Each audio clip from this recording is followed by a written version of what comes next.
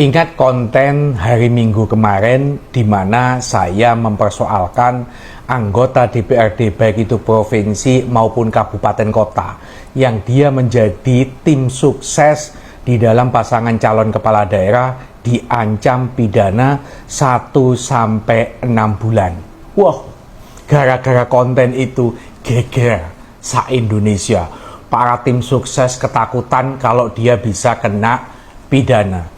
Infonya sekarang ini sudah banyak SK dari tim sukses di KPUD itu yang ditarik, diganti, dikeluarkan anggota-anggota dewan baik itu kabupaten kota maupun provinsi.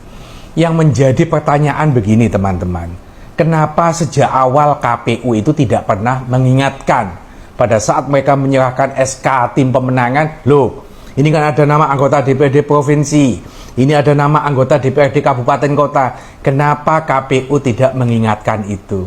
Tahu nggak jawabannya? Karena KPU sebagai wasit juga tidak memahami aturan.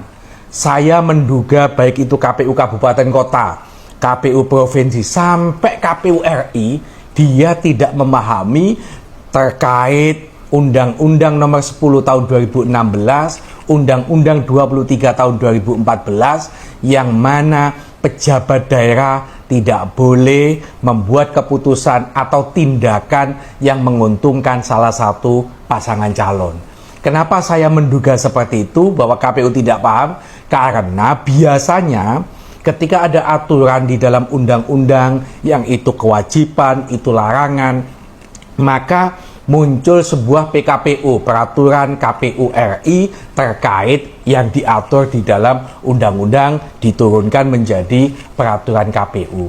Nah, dalam kasus pejabat daerah tidak boleh membuat keputusan atau tindakan yang menguntungkan salah satu pasangan calon, ini tidak ada aturannya di PKPU, sehingga wajar dong ketika rame dibuat konten oleh Cak Soleh, baru orang terperangah, para politisi se-Indonesia ini terperangah ternyata ada larangan. Betapa ini menurut saya kok memalukan. Mestinya KPU itu sebagai wasit harus tahu sejak awal.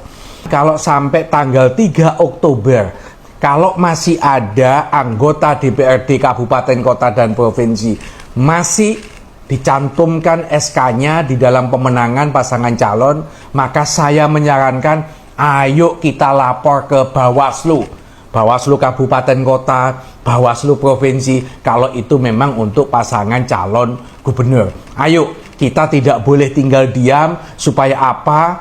Anggota dewan betul-betul taat asas, anggota dewan harus betul-betul taat aturan, tidak boleh ada keberpihakan kepada pasangan calon.